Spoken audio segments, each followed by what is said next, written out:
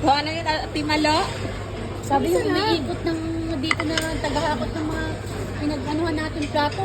Para tayong mga peran na sa isip ko. Grabe itong mga babae. Sino ba kasi gumawa nito? Bakit Kadi-deliver na, chicken? bus na. Ikaw? Kasi kung gusto niyo, kung gusto niyo. Ba yung Ganun kanina pa yung pagkain, eh. Kaya ko. chicken? Hindi ako to.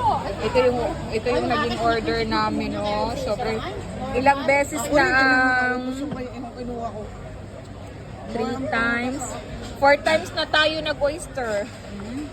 Yan. 4 times. Iwag na. Uy, tama na yan. Baka ano. Mahirap din. Parang durian din to.